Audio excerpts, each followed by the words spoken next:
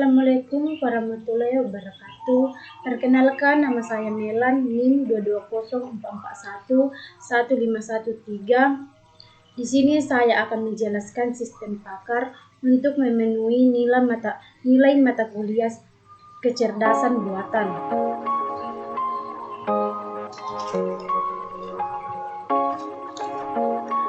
Sebelum berbicara dengan sistem PAKAR, kita terlebih dahulu harus mengetahui apa yang dimaksud dengan PAKAR atau ahli PAKAR.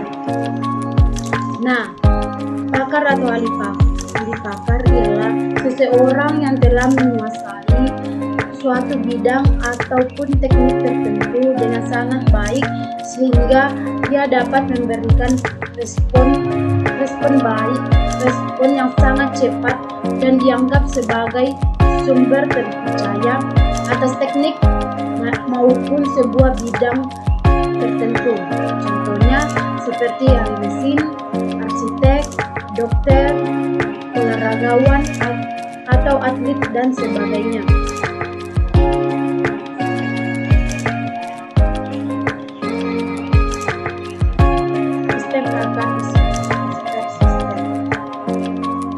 Sistem PAKAR adalah suatu program komputer yang mengandung pengetahuan dari satu atau lebih pakar manusia mengetahui suatu bidang spesifik sehingga dapat digunakan untuk konsentrasi.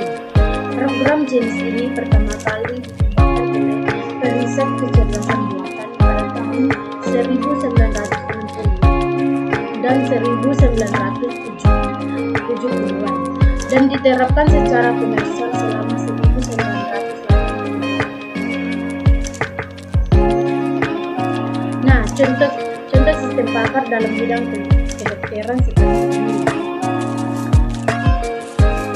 Ciri-ciri sistem PAKAR yaitu yang pertama, terbatas pada bidang yang spesifik. Yang kedua, dapat memberikan penalaran untuk data-data yang tidak lengkap atau tidak pasti. Yang ketiga, dapat mengemukakan rangkaian alasan yang diberikan dengan cara yang dapat dipahami. Yang keempat, berdasarkan pada rule atau kaidah tertentu. Yang kelima, dirancang untuk dapat dikembangkan secara bertahap. Kelebihan dan kekurangan sistem PAKAR. Kelebihannya yaitu yang pertama, memungkinkan orang awam untuk bisa melakukan pekerjaan secara. Yang kedua, bisa melakukan proses secara berulang secara otomatis. Yang ketiga, menyimpan pengetahuan dan keahlian para pakar. Kekurangannya, yang pertama, biayanya yang diperlukan untuk membuat dan memeliharanya relatif mahal karena diperlukan banyak data. Yang kedua, dibutuhkan administratif yang selalu memperbaharui pengetahuan pada sistem PAKAR sesuai perkembangan di bidang karyanya. Yang ketiga, pengembangan perangkat lunak. Sistem PAKAR lebih sulit dibandingkan perangkat lunak konvensional. Nah, kita lanjut pada tabel tersebut. Dapat kita lihat perbandingan antara PAKAR dengan sistem PAKAR. Kalau PAKAR, dia bekerja pada hari kerja. Kalau sistem PAKAR, dia setiap saat. PAKAR hanya terdiri pada letak tertentu saja karena kan manusia kalau ada di kota A, dia tidak mungkin ada di kota B dalam waktu yang bersamaan. Jadi hanya tertentu saja.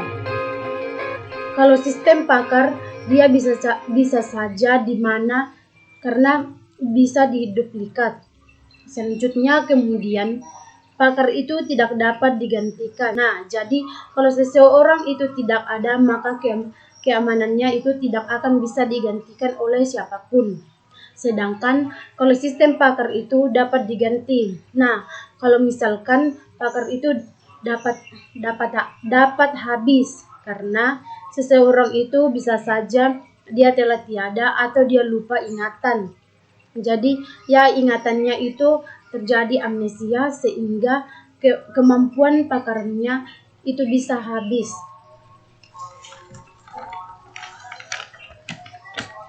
Sedangkan sistem pakar tidak, karena dia akan ditanam dalam sebuah program yang bisa diduplikat. Kemudian, performansi dari seorang pakar itu variabel tergantung kepada suasana hatinya saja. Kalau misalkan lagi senang hati, performansi dan kecepatannya itu akan melambung tinggi. Tapi kalau dia misalkan stres, maka bisa saja dia akan rendah. Sedangkan sistem pakar dia akan konsisten karena dia merupakan sebuah sistem program komputer. Kemudian biayanya kalau pakar itu cenderung tinggi ya, sedangkan sistem pakar itu terjangkau ya kan, karena misalkan lagi pakar itu adalah manusia dan sistem pakar itu sebuah program yang bisa di copy paste sehingga biayanya itu bisa terjangkau. Nah, ada banyak sekali keuntungannya jika kita menggunakan sistem pakar.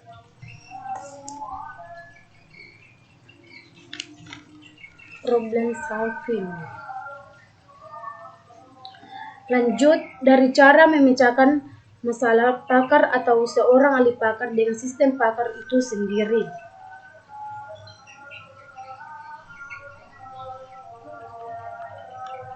Nah,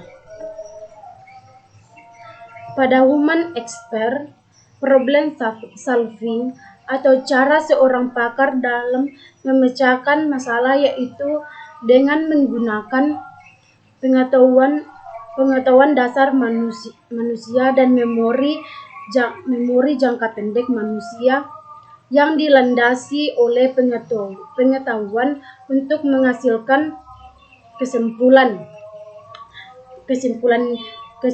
kasus dan kesimpulan fakta, kemudian dinalar untuk menghasilkan suatu kesimpulan atau suatu masalah.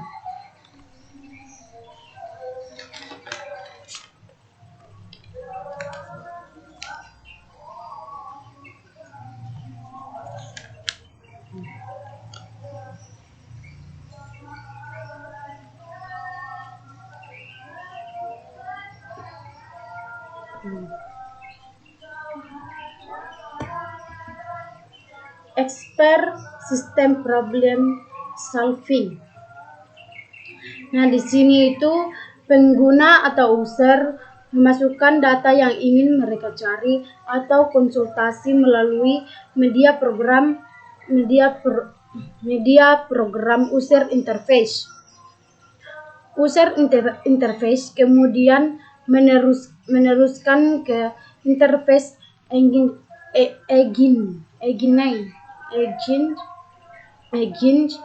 yang akan mencocokkan masalah dan fakta-fakta yang ada pada knowledge base. Setelah menyelesaikan masalah dan mendapatkan sebuah kesimpulan, interface engine mengembalikannya lagi kepada user interface sebagai hasil dari pencariannya.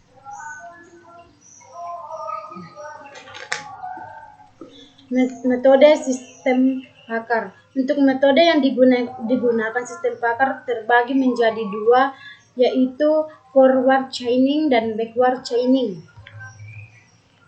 Untuk forward chaining yaitu dari fakta-fakta kemudian ke konklusi atau hasil akhir. Sedangkan backward chaining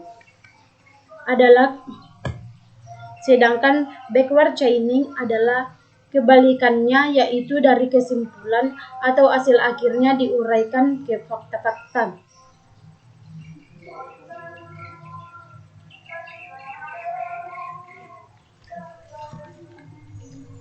Baiklah, itu tadi merupakan penjelasan singkat mengenai sistem pakar. Terima kasih sudah menyaksikan.